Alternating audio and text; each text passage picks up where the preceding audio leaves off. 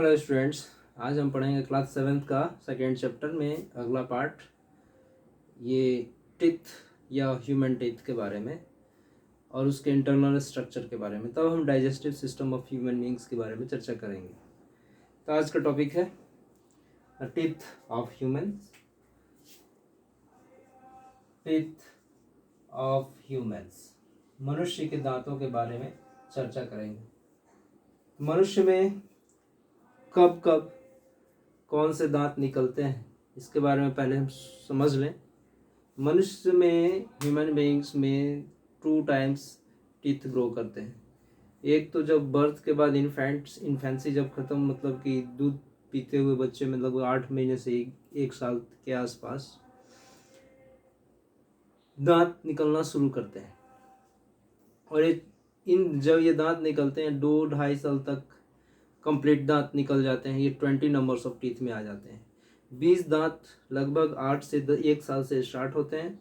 8 महीने से 1 साल से स्टार्ट होगा और 2-2.5 साल तक 2 और 2.5 ईयर्स के आसपास लगभग 20 टीथ ग्रो कर जाएंगे।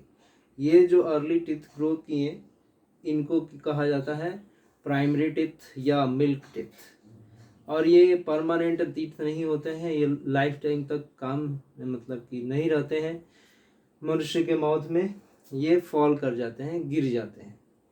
तो 2-2.5 साल तक ये कंप्लीट 20 टीथ हो गए, जिसे हम मिल्क टीथ कहते हैं। उसके बाद धीरे धीरे ये फॉल करना शुरू करते हैं और जब फिर फॉल लगभग 10 से 12 साल के आसपास कंप्लीट टीथ फॉल कर जाते हैं, मिल्क टीथ गिर जाते हैं। और जब जब ये गिरते हैं उसके जगह पर नए टीथ रिप्लेस होते जाते हैं। और ये मीन्स आप कह सकते हैं 12 साल के आसपास मनुष्य में नए एक परमानेंट टीथ ग्रो हो जाते हैं, जिसको हम परमानेंट टीथ या सेकेंडरी टीथ भी कहते हैं, जो नंबर्स में 32 होते हैं। और ये लाइफ टाइम जब तक मनुष्य की ज़िंदगी रहती है तब तक ये दांत इनके साथ रहते हैं। लेकिन ज़रूरी नहीं है कि जब तक ज़िंदगी है तब तक ये दांत साथ रहें। मनुष्य की लापरवाही की वजह से, गलत खान पान, फूड हैबिट्स की वजह से ये दांत पहले भी गिर जाते हैं। और ये जो मिल्क टीथ गिरे थे पहले, उसके जगह रिप्लेस हो गए थे, ये दोबारा रिप्लेस नहीं होते हैं, फिर नकली दांत लगवाने पड़ते हैं। चलिए अब हम पढ़ते हैं कि हमारे, ये तो समझ में आ गया कि कब कब कौन से दांत होते हैं। अब हम देखते हैं कि दांत कितने तरह के होते हैं। टीथ के प्रकार, टाइप्स ऑफ टीथ कितने होते हैं मनुष्य में। 4 types of teeth are found in human mouth. 4 तरह के दांत होते हैं। चारों तरह के दांतों के बारे में चर्चा करेंगे 1 by 1। आप लिख सकते हैं, there are 4 types of teeth in human beings. ठीक है ना, 4 तरह के दांत होंगे, एक एक करके पढ़ते हैं। Okay, first one is type, लिखेंगे यहाँ पर टाइप। उसके बाद हम लिखेंगे इसके number of teeth in each jaw, अभी समझाते हैं। उसके बाद टोटल नंबर ऑफ टीथ। उसके बाद इट्स फंक्शन, इसके काम। देखिए, पहला तरह का दांत है इंसीजर्स। इंसीजर्स, अब देखिए इंसीजर्स कैसे होते हैं। जो फ्रंट में टीथ देख रहे हैं ना आप, फ्रंट में टीथ, 4 टीथ देखेंगे, 4 ऊपर 4 नीचे। देखिए ऐसे कोशिश कर रहा हूँ ड्रॉ करने के लिए। मान लीजिए ये अपर जॉ है, ये लोअर जॉ, ठीक है। ये गम्स होंगे इसके, ये गम्स होंगे। इधर भी गम्स से जुड़ा होगा ये जॉ। ये फ्रंट में जो 4 टीथ होते हैं ना, 3, 4 फ्रंट में जो 4 दांत होते हैं, इन्हीं को इंसीजर्स कहा जाता है। अगर ये लोअर जॉ हो गया, ये अपर जॉ हो गया, जबड़ा। अगर नीचे वाले जॉ में 4 है, ऊपर वाले जॉ में 4 है, तो टोटल टीथ कितने हो गए 4 4 8। तो ईच जॉ में number of teeth in each jaw is equal to 4 और टोटल नंबर ऑफ टीथ दोनों जॉ को मिला दिया जाए तो 8। फंक्शन इसका काम क्या है? इसका काम है फूड को कट करना, कटिंग करना,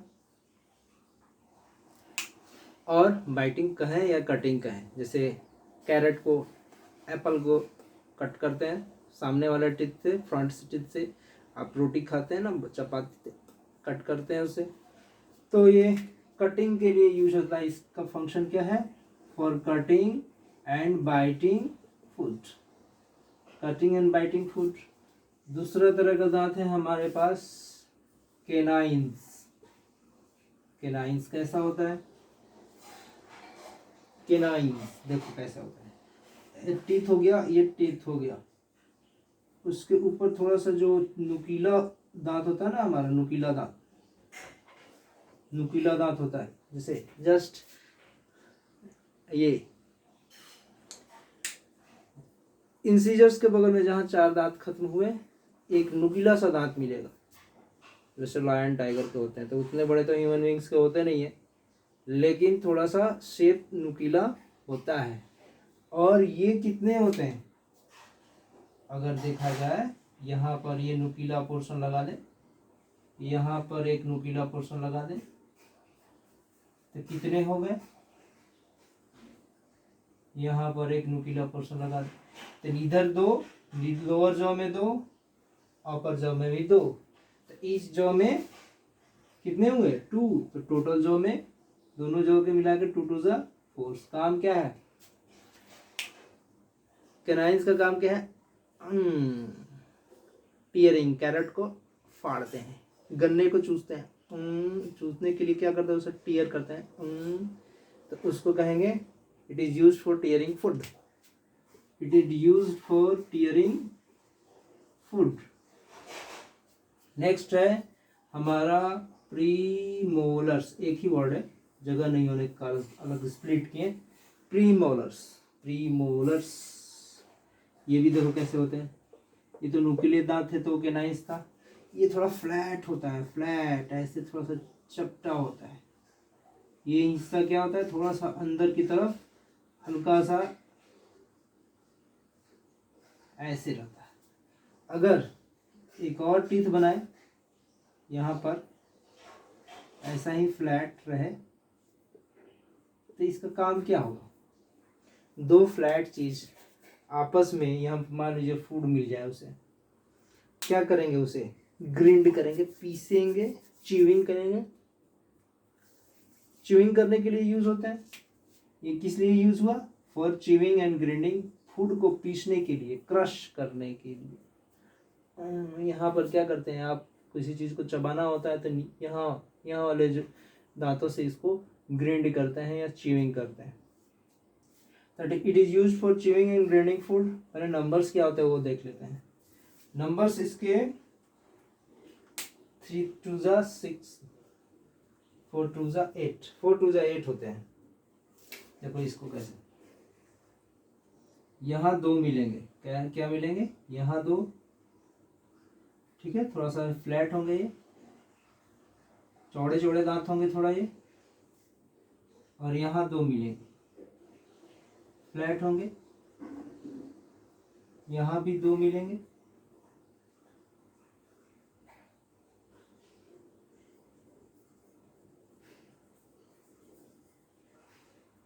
ओके। 1 जॉ में कितने हुए? 2 इधर 2 इधर, 4। दोनों ही जॉ को मिला दिया जाए तो 4 2 जा 8। ईच जॉ में 4, तो दोनों जॉ को मिला के 8। इट का फंक्शन अभी समझ नहीं है। For grinding and chewing the food, grinding और च्यूइंग फूड। अब देखिए प्रीमोलर्स हो गए, मोलर्स। देखिए मोलर्स भी वही है, कोई अंतर नहीं होता। थोड़ा सा अंतर होता है कि ये थोड़ा और अंदर की तरफ होते हैं। प्रीमोलर्स थोड़ा जस्ट केनाइंस के बगल में है प्रीमोलर्स। अब प्रीमोलर्स के अंदर फिर यहाँ पर थोड़ा सा और चौड़े चौड़े दांत, थोड़ा सा और इसका फ्लैटनेस बढ़ जाता है, थोड़ा सा और सपाट हो जाता है ये। 3 और मिलेंगे फ्लैट टीथ, 3 और मिलेंगे, इधर 3, इधर भी 3, इधर भी 3, तो इधर भी 3 हो गए, इधर भी 3 हो गए। कितने हो गए? इधर 3 3 6, उधर भी 6, 6 2 जा 12, एक जो में 6 रहेंगे तो इधर हो गए 12। सेम फंक्शन, सेम स्ट्रक्चर होता है, थोड़ा सा फ्लैटनेस अधिक हो गया, इसका भी फंक्शन क्या हो गया? For grinding and chewing food. तो हम दांतों के नंबर्स के बारे में जान गए, दांत के कैसे स्ट्रक्चर होते हैं, एक्सटर्नल स्ट्रक्चर उसके बारे में जान गए, उनका क्या फंक्शन है उनके बारे में जान गए। अब चलते हैं एक सिंगल टूथ को ऑब्जर्व करते हैं, उसके इंटरनल स्ट्रक्चर के बारे में कि वो कैसा होता है। एक टूथ का जैसा इंटरनल स्ट्रक्चर होगा, बाकी सारे टूथ के तो वैसे ही स्ट्रक्चर होंगे। तो एक सिंगल टूथ का इंटरनल स्ट्रक्चर हम देख लेते हैं।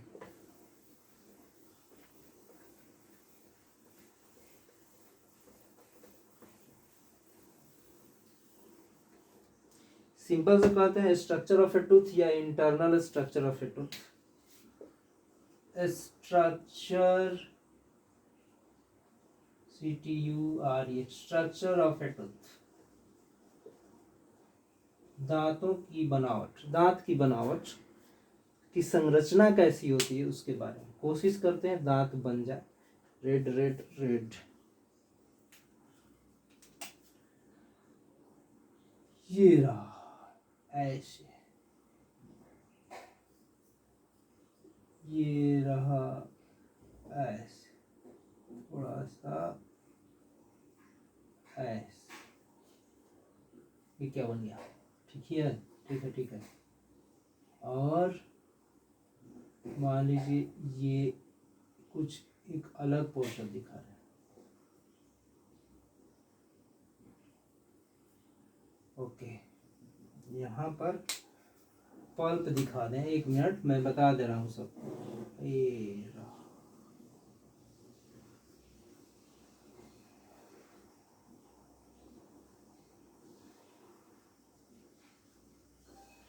ओके, देखिए ध्यान से देखिएगा, ध्यान से। अगर इस टीथ की बात की जाए, इतना इसका ये हुआ, देखिए इसको 3 पोर्शन में बांटा गया है। जो नीचे वाला हिस्सा है ये मान लीजिए गम्स है, ये रेड रेड बना दे रहे हैं, ये क्या है? गम्स है। ये गम क्या किया है? टीथ को होल्ड करके रखा हुआ है, टूथ को होल्ड करके रखा है। गम क्या किया है? टूथ को होल्ड, पकड़ के रखा है। मसूड़े, मसूड़े कैसे होते हैं? पिंक होते हैं ना। अगर हेल्दी गम है तो वो पिंक रहता है। ओके, ये गम टूथ को होल्ड करके रखा है। तो नीचे वाला जो हिस्सा होता है उसको कहा जाएगा, मान लीजिए यहाँ तक जो नीचे गम में धंसा हुआ होता है उसको कहेंगे रूट। और ये जो पतला सा यहाँ पर नेक टाइप का जैसे पतला हो गया, ये वाला हिस्सा कहलाएगा नेक। और ये जो मुकुट, क्राउन, जैसे राजा के मुकुट होते हैं ना, सबसे ऊपर वाला हिस्सा, तो ये हिस्सा क्या कहलाएगा? क्राउन, मुकुट। क्राउन का हिंदी होता है मुकुट। अब देखिए जैसे किंग के क्राउन होते हैं ना, वैसे ही ये दांतों का क्राउन है ये।